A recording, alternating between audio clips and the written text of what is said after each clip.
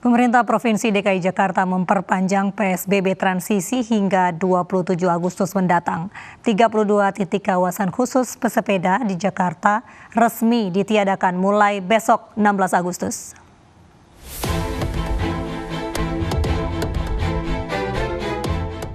Mulai Minggu 16 Agustus 2020, Dinas Perhubungan DKI Jakarta mengeluarkan kebijakan untuk meniadakan 32 kawasan khusus pesepeda dan jalur khusus pesepeda yang berada di DKI Jakarta.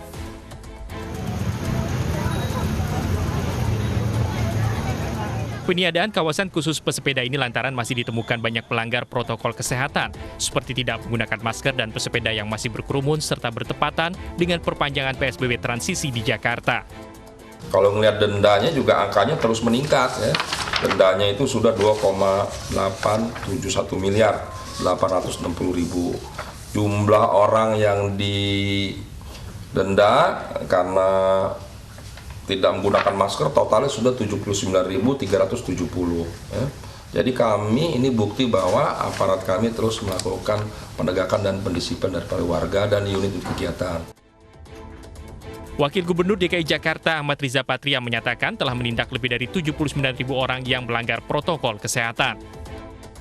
Saya pribadi, saya belum tahu ya, saya baru tahu sekarang. Pada dasarnya jalur sepeda itu kan untuk menyelamatkan jalur para pesepeda supaya tidak mengganggu para pengendara mobil juga, supaya aman pengendara sepeda juga. Kalau misalkan ditiadakan jalur sepeda, ya kemungkinan para pesepeda tetap akan bersepeda, cuman mungkin akan mencari jalur yang lebih aman. Himbauan ditiadakannya 32 titik kawasan khusus pesepeda di DKI Jakarta ini akan terus disosialisasikan baik secara langsung melalui monitor yang berada di kawasan khusus pesepeda maupun melalui platform media sosial. Tim Liputan iNews melaporkan. Seiring diperpanjangnya masa PSBB transisi di ibu kota, membuat petugas Satpol PP gencar menggelar razia terhadap pengendara yang nekat keluar rumah tanpa menggunakan masker.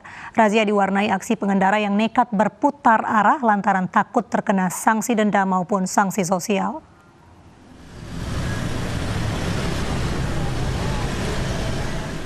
Satu persatu pengendara yang mengetahui adanya operasi kepatuhan daerah yang digelar petugas Satpol PP di kawasan Cempaka Putih, Jakarta Pusat nekat berputar arah pada Sabtu pagi. Rata-rata pengendara yang berputar arah lantaran tak menggunakan masker.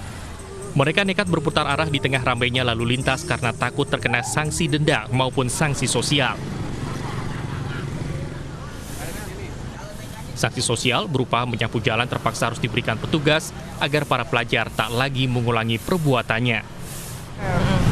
Udah tahu belum kalau misalkan keluar rumah harus pakai masker gitu? Udah tahu sih. Terus gimana, kapok nggak dengan ada sanksi sosial gitu? Kapok lah. Mau ngulangin lagi apa gimana? Nggak mau ngulangin. Tapi tahu nggak kalau misalkan keluar rumah harus pakai masker? Lupa, Pak. Lupa ya. Terus gimana nih dengan adanya sanksi sosial ini? Rasa kapok nggak atau malu apa gimana? Malu, Pak. Terus gimana? Mau ngulangin lagi apa enggak? Enggak.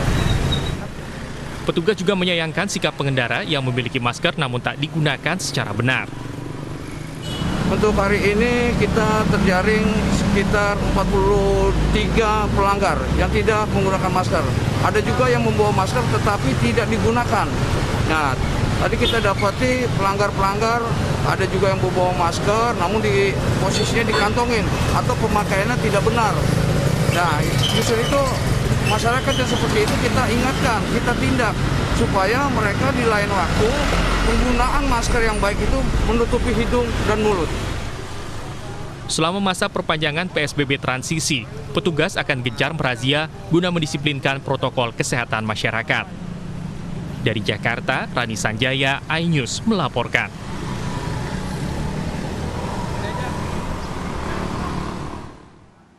Sementara itu pemirsa, 47 orang terjaring razia penerapan protokol kesehatan di Senen, Jakarta. Para pelanggar diberikan sanksi denda atau sanksi sosial.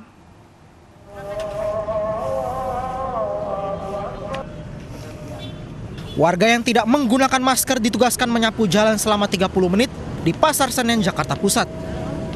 Pasalnya pelanggar protokol kesehatan ini tidak mampu membayar sanksi denda sebesar Rp250.000. Pada hari Sabtu ini petugas masih mendapati 47 pelanggar, yakni pengendara sepeda motor maupun pejalan kaki yang tidak menggunakan masker. Para pelanggar diminta menunjukkan kartu identitas untuk dicatat secara administratif oleh petugas. Kita melakukan tindakan terhadap masyarakat yang tidak memakai masker. Kita laksanakan dimulai dari pukul 8 sampai dengan sore hari saat ini. Ya, untuk total jumlah sampai dengan saat ini sekitar kurang lebih 47 pelanggar. Razia rutin petugas Satpol PP ini agar membangun masyarakat untuk disiplin dan taat protokol kesehatan di masa pandemi COVID-19. Dari Jakarta, Tim Liputan iNews melaporkan.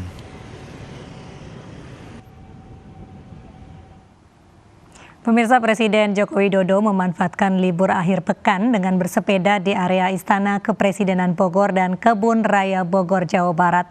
Presiden juga membagikan masker kepada masyarakat.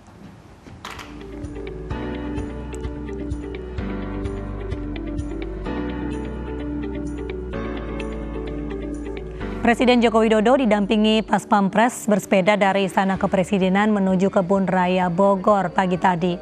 Masyarakat yang sedang berolahraga senang melihat kepala negara ada di sekitar mereka. Sementara Presiden Jokowi yang beberapa kali berhenti menyapa dan membagikan masker kepada warga yang sedang berolahraga. Jokowi juga mengingatkan kepada masyarakat untuk menaati protokol kesehatan dengan memakai masker dan menjaga jarak.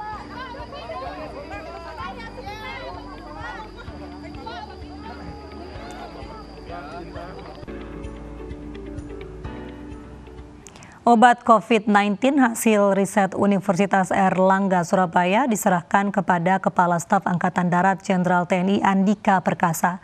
Obat tersebut telah melewati uji klinis fase 3 kepada lebih dari 700 pasien yang dirawat tanpa ventilator.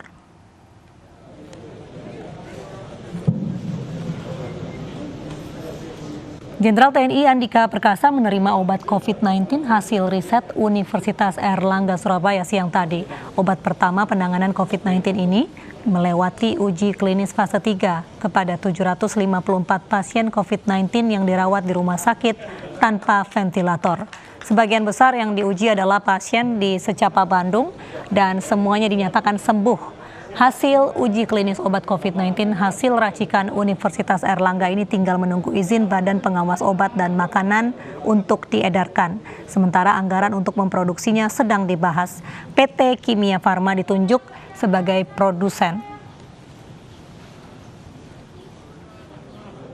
Pengujian tidak ada lagi, jadi hanya izin edar obat. Ya, itu dari saya nggak tahu persis apa istilah terminologinya, tapi itu makanya kami sudah langsung akan berbicara perencanaan produksi. Siapa membuat apa, yang membeli bahan baku bagaimana, kemudian anggaran dari pemerintahnya sebesar. Harus ada anggaran pemerintah awal ya, yang diturunkan ke situ produksi untuk distribusi awal. Menurut saya itu harus seperti halnya vaksin juga kan tidak untuk dijual pada tahap awal ini. Pemerintah yang menganggarkan kemudian memberikan vaksin walaupun nanti nggak tahu tahun keberapa mungkin sudah seperti obat-obat lainnya, misalnya obat flu, obat apa lagi kan juga begitu.